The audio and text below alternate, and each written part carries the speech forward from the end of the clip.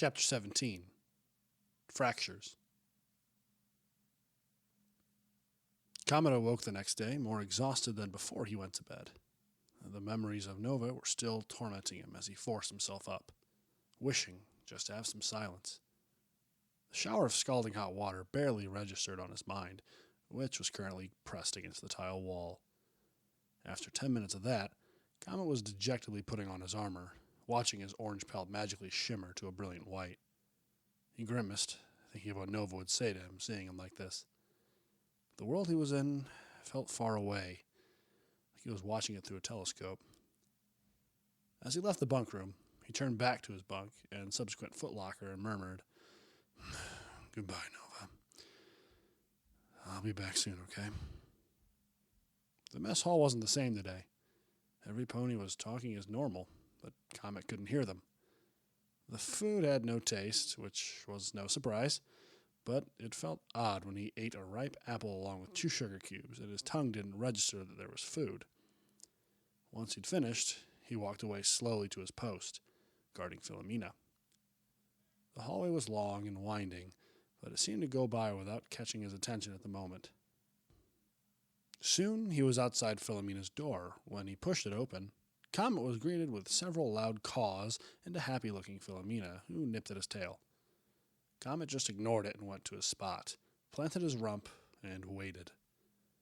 Philomena tilted her head at him and got off her perch, curious to see why he wasn't being himself. She cautiously approached him, half expecting him to snarl at her, but was soon less than a foot away. Philomena often had trouble reading pony expressions, but even she knew what a tear on a face meant. She cawed at him, hoping to catch his attention, but Comet kept his eyes fixed on the ground. Philomena had seen Celestia look like this before, and did what she did to Celestia. The phoenix rubbed her head against Comet's shoulder and then backed away, hoping to garner a reaction. Comet just stared sadly at the ground, and Philomena left him alone after that. On the other side of the spectrum, Valerie was still half asleep. Her less-than-ideal kiss with Comet from the night before had started to leave a bad taste in her mouth. She knew Comet had taken Angel out on the date, but tried to suppress that thought. Maybe if she let it drop, there'd be no reason for it to be brought back up. When the door to Philomena's chamber came into view, Valerie took a deep breath. With an increasing sense of nausea in her stomach, the Griffin pushed open the door. Inside the room, she noticed the absence of Angel immediately, but saw the familiar golden armor and white pelt of Comet sitting on the floor with a worried-looking phoenix. "Oh, hey, Valerie," came a clear and sad voice of Comet. Griffin panicked and rushed up to Comet, half expecting him to be hurt. "Oh, my Griffin, Comet. Are you okay?" she asked wordily. She reached out a claw to see his face, but the hoof shot it to block her. "I'm fine," Comet said without meeting her gaze. I just want some silence, okay?" Valerie gulped and then nodded. Even though Comet wasn't looking at her, she withdrew her claw. She slowly backed away from him, worried that he was going to lash out at her about yesterday. The horrible thought of he and Angel fighting climbed into her mind, and Valerie made the connection. Evidently, Comet had told Angel what had transpired, and she'd reacted as expected. She had probably broken up with him, yelled at him, and made him feel guilty. It also explained why Angel wasn't here at the time, too. Valerie gulped hard and sat at the opposite end of the room, leaving a very confused Philomena unattended. Angel was actually snoring slightly as she slept soundly into the empty barracks. She had gotten back really late last night after Princess Cadence and Shining Armor's dinner and was now dreaming. In her thoughts, a young Comet sat there crying to himself as he sat near the headstone. Angel stood back away and tried to call to him. Comet seemed not to notice. Angel then tried running up to him, but she never gained any ground. The young Comet just sat there, weeping to himself, even as Angel tried to tell him it wasn't his fault. The day passed with little happening, aside from Philomena and Valerie spending some quality time together. The Griffin wanted so badly to ask about what had happened, but the fear of him getting angry at her stayed in her voice. Comet, for his part, sat on the floor, trying his best to push out Nova from his mind. But with little success. His beloved big sister stayed at the fore, torturing his already hurt spirit. About a half hour before the shift ended, Angel woke up, determined to talk to Comet. She had to tell him that she knew about his deep, dark secret. She was going to help him with it. She sped off to Comet, who she would only guess was up in Philomena's tower. Well, I'll be going now, Comet. Are you sure you're okay by yourself? Valerie asked, hoping to get a reaction from him. Comet just sat there in his usual silence. Valerie smiled weakly as she left. It was still early, but she did have to use the restroom, like all living creatures. Angel darted up the opposite hallway and stopped at the door, just after Valerie turned the corner. It was then the Bat Pony realized she had not thought of the way to tell him that she knew of his sister, but she barged in anyway. Philomena cawed very happily at her arrival, but Angel's big golden eyes automatically locked onto the white Pegasus sitting on the floor. "Comet!" Angel exclaimed as she rushed over to him. Comet just sat there, lost in the darkness of his thoughts, before he noticed the gray hoof reach over and move his head. Soon, he was staring at the familiar gold of Angel's eyes, and he yanked his head out from her grasp, returning it to the floor. "Yeah, what do you want, Angel?" he asked, with no intention of hearing an answer. The Bat Pony backed up a bit, clearly flustered with Comet's behavior. I kinda, Angel said, unsure of how to tell him that she knew of Nova. Clearly, Comet was in no mood to talk, but Angel felt like she had to say something. "Comet, I met your parents last night," she stated flatly, and Comet's head gave a slight shake. "Okay. You want a medal or something?" Comet retorted with an edge. Angel gulped and continued. "Comet, I know about her." "Who?" "Your parents told me about your sister Nova," Angel said, voice filled with uncertainty. That caught Comet's attention as his head snapped up. Angel had pestered Comet before, too, when he was irritated, but the look he gave her was one well past his usual irritation.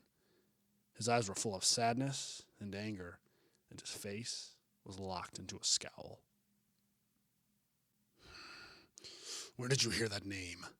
he hissed, barely concealing his anger. "I said your parents told me," Angel responded a bit defensively. Comet's face hardened even further than sunstorms had yesterday.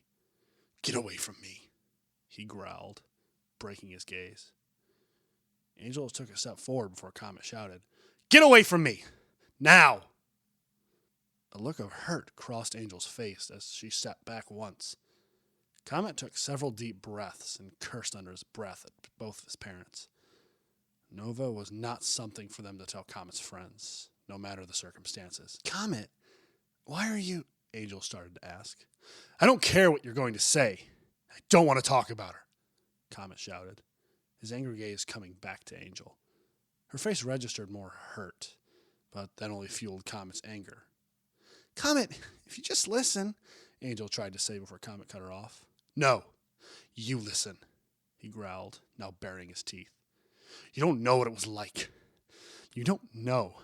My parents don't know. Those stupid doctors didn't know. They've never had to pull the pony they love back to their home, knowing that each second they spent is one less for her to stay alive. They've never sat at a dying pony's bedside for days, watching them slowly die and feeling helpless. They don't know."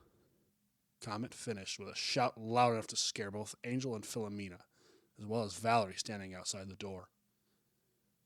Angel looked back to him, with a couple tears starting to roll down her cheeks. She tried to say something before Comet turned away from her. "Don't you ever think you can sympathize with me? My sister was in my care and I failed her. My failure cost her life, and I've continuously been told that it wasn't my fault, when I know that's a lie.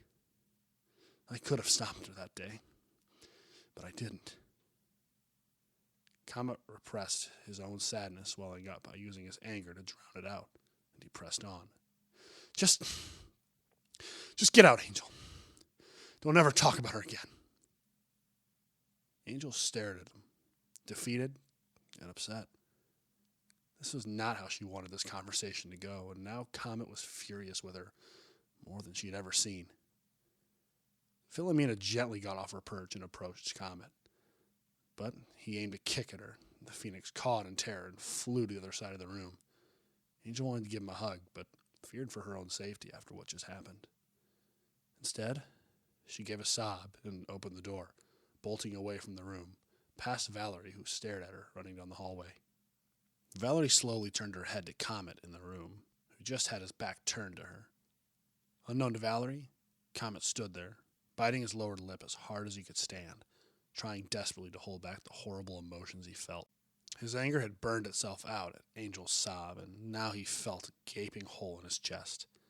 The sadness from the memories of Nova were mixing with his own feelings of hate to himself for yelling at Angel like that. She was only trying to help, but Comet had pushed her away, like he did his own mother and father. Finally, unable to restrain himself any longer, Comet gave several choked sobs, and Valerie stood there, unsure of what she was seeing. She had thought Comet and Angel were fighting over her, but it was starting to dawn on her that maybe they were fighting about another pony. Philomena walked over to Valerie, clearly wanting to leave the room, and Valerie extended a claw. Philomena climbed up on her claw and then onto her shoulder, finding a good place to perch herself. The griffin cast one look at Comet, who was clearly in no state to see any pony or griffin, and she slowly shut the door, leaving him alone. She walked off, cooing to an upset phoenix as she walked back to the bunks, hoping to comfort Angel. Comet lost all track of time as he just sat there, unable to bring himself back from where he had gone. Years of sadness and self-hatred just gripping at him, unwilling to let go. He needed his sister now more than ever, but she was 6 feet under the ground back in San Francisco. In his depressed state, Comet's mind filtered back with memories after Nova's funeral. He remembered his mother hugging him tightly as she cried, his father standing outside with him, watching the sunset. While he needed his sister now, he felt a longing for his parents, only to remember the arguments they had had as well. He remembered the anger he had erupted with his parents when they were upset about catching hypothermia, the look of hurt from his mother as he yelled at her, and his father's apologies for what had happened that day. Most of all, he reflected on Angel. All she had done was to profess knowledge of Nova, not offer sympathy. Comet was in no mood to talk about Nova today, or really any day for that matter, but he had treated her unfairly. In truth, he knew next to nothing about Angel and reacted as if he knew what she was going to say. The bitterness of his anger had left the worst sour taste in his mouth, and Comet knew he had to apologize to Angel. However, the memories of all the arguments he and his parents had stuck to the floor of his mind. He had shakily rose to his hooves and spread out his crumpled wings. He did need to mend a relationship with Angel, but first, he needed to see his parents. Comet pushed open a window and flapped its wings, disappearing into the night. He knew where his parents were staying, so he made his way into town.